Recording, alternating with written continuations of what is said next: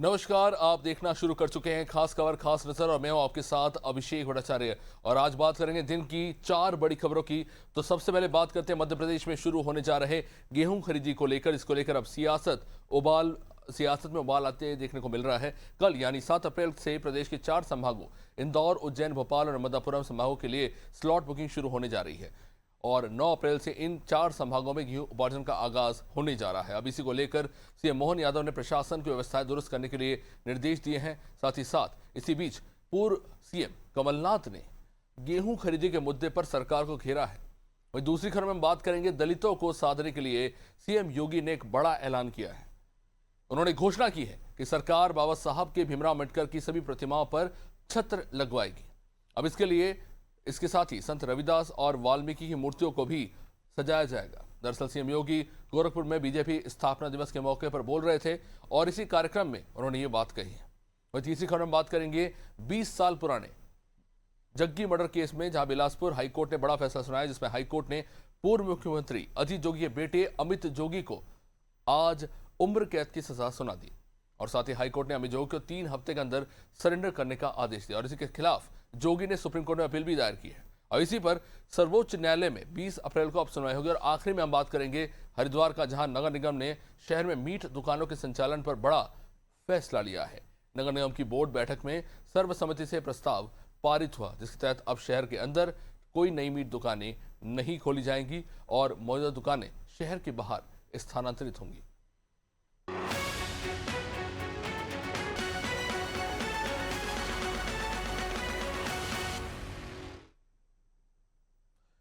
तो सबसे पहले बात करते हैं मध्य प्रदेश की, जहां पे गेहूं खरीदी को लेकर सियासत तेज होती दिख रही है। एक और सरकार ने खरीदी की तैयारियों को अंतिम रूप देने की बात की और दावा किया, तो वहीं दूसरे विपक्ष ने सरकार की मंशा पर सवाल उठाए। हालांकि प्रदेश में 10 अप्रैल से इंदौर, उज्जैन, भोपाल और नर्मदापुरम संभाग में गेहूं खरीदी शुरू होनी है, जबकि अन्य सभी संभागों में 15 अप्रैल से उपार्जन होने जा रहा है। सरकार के अनुसार कल से पंजीकृत किसान स्लॉट बुकिंग कर सकेंगे और इस साल गेहूं खरीदी के लिए बड़े स्तर पर किसानों ने पंजीयन करवाया है। प्रदेश में 19,04,644 किसानों ने पंजीयन कराया और इसी के लिए प्रदेश भर में 3,627 उपार्जन केंद्र बनाए गए। तो ये पूर्व मुख्यमंत्री कमलनाथ ने सरकार पर गंभीर आरोप लगाए हैं। उन्होंने कहा कि प्रदेश का किसान एक समय चौतरफा मार से झेल रहा है और वहीं सीएम मोहन यादव पहले ही कह चुके हैं कि गेहूं खरीदी की सभी तैयारियां पूरी हो चुकी हैं और किसानों को किसी प्रकार की कोई परेशानी नहीं होगी।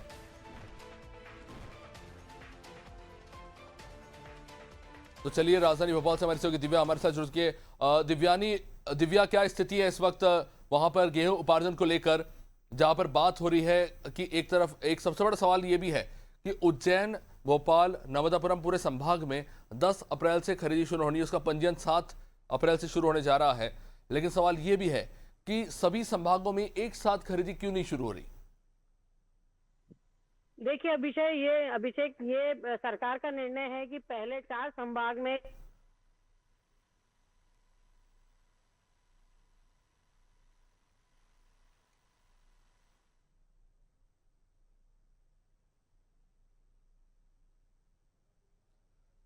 चलिए, कुछ तकनीकी समस्या है, लेकिन इससे पहले आपको बता दें कि कहा गया कि 2 चरणों में खरीदी होने वाली है। और पहले जी दिव्या, अपनी बात पूरी कीजिए आप। अभिषेक, मैं आपको ये बता रही थी कि जैसा कि सरकार द्वारा ये निर्णय लिया गया है कि 2 चरण में ये खरीदारी होगी और इसी के साथ 7 अप्रैल से इसका पंजीयन शुरू हो जाएगा। वही जो सरकार है लगातार इसके लिए मॉनिटरिंग कर रही है और खुद मुख्यमंत्री समीक्षा बैठक कर रहे हैं अधिकारियों की और ये देख रहे हैं कि जो तैयारियां हैं वो ठीक तरह से हुई है कि नहीं, और लगातार अधिकारियों को इसके लिए निर्देशित किया जा रहा है।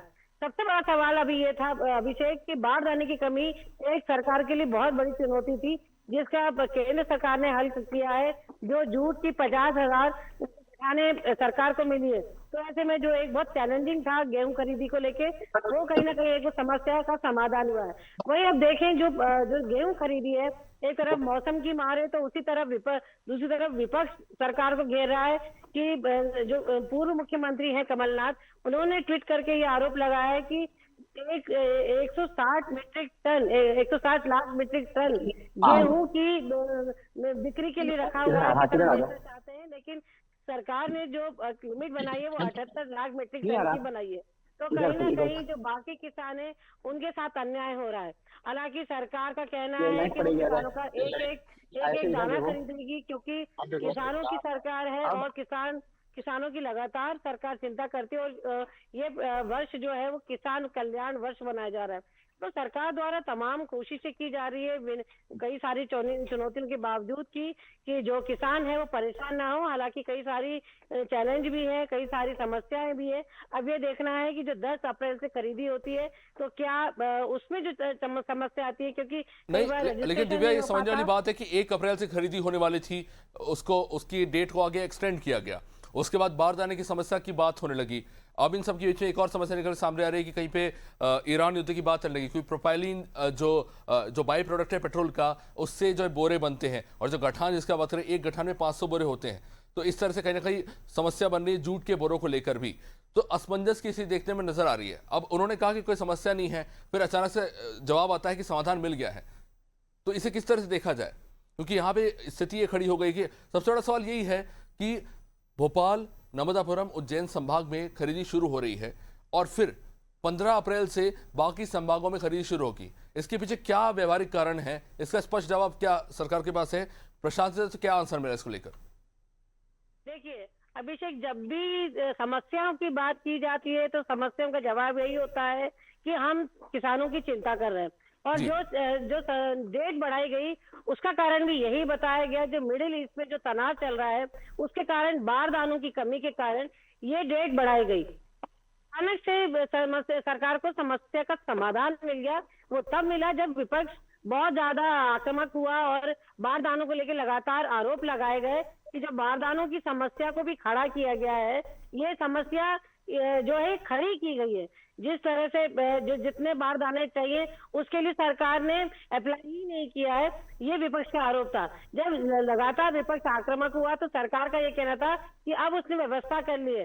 हालांकि अब ये नीतिगत निर्णय है कि उसने 10 अप्रैल और 15 अप्रैल 2 दिन ही रखे। हालांकि जिस तरह से आप ये देखिए 3-4 दिन से जो मौसम खराब हुआ है, ग्वालियर संभाग में लगभग कई जगह इलाके ऐसे हैं जहां खड़ी खड़ी फसल खराब हो गई है। कई किसान जो बिक्री के लिए अब इंतजार कर रहे थे कि अब वो जो अपनी फसल बेच पाएंगे, वो खराब हो गई है। तो तमाम तरह के चैलेंज है। अब सरकार ऐसे चैलेंज में किसानों को कितनी राहत पहुंचा पाती है, क्योंकि जो सरकार द्वारा कहा जा रहा है कि 2,500 का MSP दिया जाएगा और 40 रुपए उनको बोनस दिया जाएगा। लेकिन सवाल ये है कि जो बरसात की वजह से जो दाना खराब हो गया है, जो दाना काला पड़ गया है, क्या सरकार उसको खरीदेगी? क्योंकि जब खरीदी होती है तो गुणवत्ता का हवाला दिया जाता है। अब ये खरीदी के साथ बहुत सारी चीजें, जो बहुत सारी तस्वीरें वो साफ होंगी। बहुत बहुत शुक्रिया दिव्या जानकारी के लिए। देखिए, अगर बात करें गेहूं उपार्जन की और गेहूं उगाई की, तो मध्य प्रदेश सर्वोत्तम स्थान पर दिखाई देता है, जहां पे बड़े स्तर पर जो है गेहूं की फसल बोई जाती है। और इस वक्त गेहूं उपार्जन होने जा रहा है। 7 तारीख से पूरा कार्य शुरू होगा और 10 तारीख से जो है मंडियों में आपको किसान जो हैं अपने गेहूं को उपार्जित करने के लिए वहाँ पहुँचेंगे। लेकिन कुछ तकनीकी समस्याएं हैं जिनको लेकर कार्य चल रहा है, कुछ असमंजस की भी स्थिति है। ऐसे में व्यवहारिक रूप से जानकारी होना बेहद जरूरी है।